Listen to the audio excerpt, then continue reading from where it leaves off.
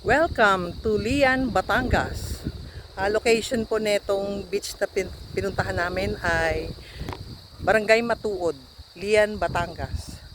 So maganda po siya, beachfront. Sa ngayon low tide po siya. Lalapit lang po ako sa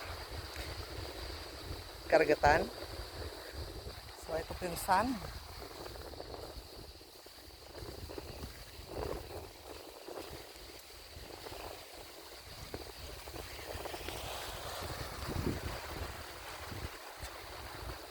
So malinis po ang kanyang dagat. Low tide po ngayon, almost 4 o'clock in the afternoon. So ayun po ang aming accommodation. Lalakad po ako pabalik. Ayun po ang paligid.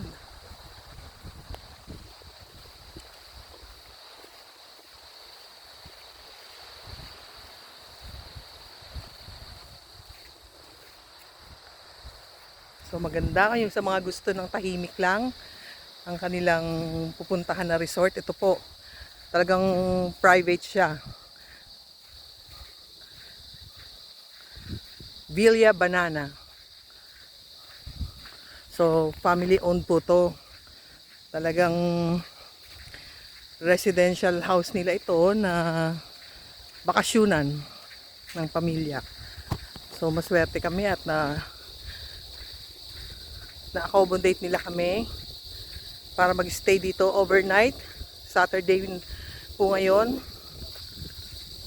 August 17. Dito po kami magsa-celebrate ng birthday ng aking husband and anniversary also. Kasi isang araw lang ang pagitan birthday and anniversary. So, yan po. Lock ko lang po yung gate.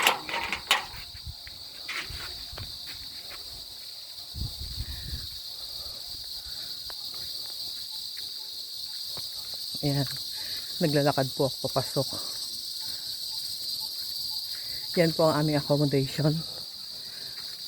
Bungalow type na bahay. 5 bedrooms po siya. Pero ang ano lang namin, dahil 8 persons lang kami, 2 persons per room. So 4 bedrooms lang ang ginamit namin. So ito yung kanilang patio.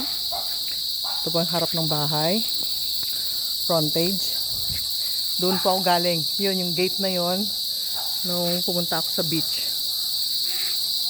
So ito. Yan po yung driveway patungo po doon sa main road. So ito yung main entrance. Kaya lang, doon ako papasok sa may dining area.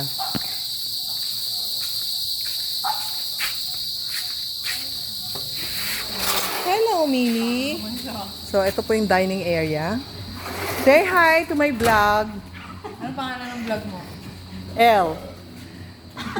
El Alien. El Caliente. So, ayan po. Kasama po ang family ko. Ito ang living area. Ayan po ang aming birthday celebrant.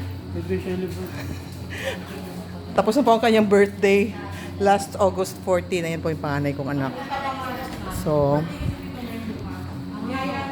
Dapat din na, di ba? Ay, Kasi aalis yung 21 ng tumingin is mapamalit yung tumingin, di ba? so may relaxation area dito. Pag gusto mong tumanaw-tanaw sa labas, ayan po. May coffee area. Ito po ang common CR muna ang pupuntahan natin. Ayan po.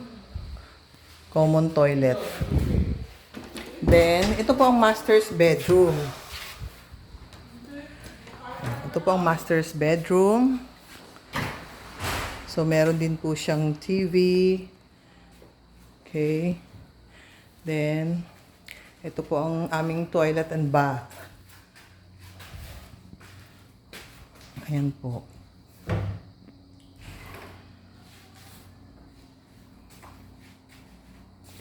Then, sumunod ito po ang first bedroom.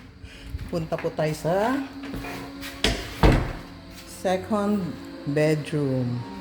Ito po yung pang fifth bedroom na nakalock, ginagawang storage area. So, ito po yung second bedroom. Okay. Meron din pong TV and sariling toilet and bath. Malaki po ang toilet and bath nila.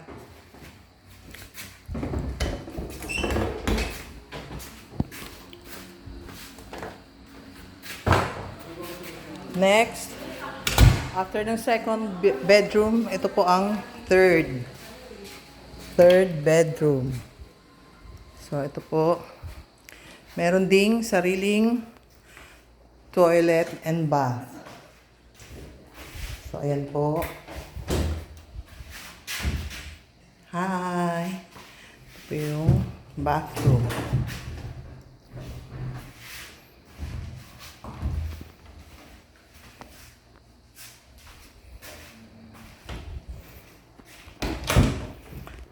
This is the fourth bedroom pala. Kasi nakalock yung isang room. So, ito ang pang fifth bedroom. So, may 2 single beds.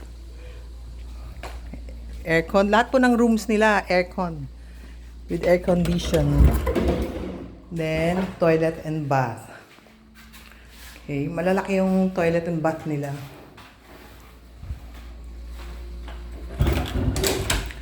Dito mag-stay si Kuya at si Bunso.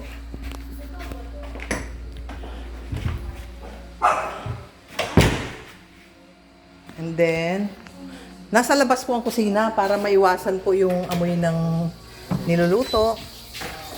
So, ito po ang barbecue area. Then, ito po yung kitchen. Yung hipon eh, para Ano natin? Mamaya. labos lang Ito. siya. Ano? Tapos yung- Lagyan ng Sprite.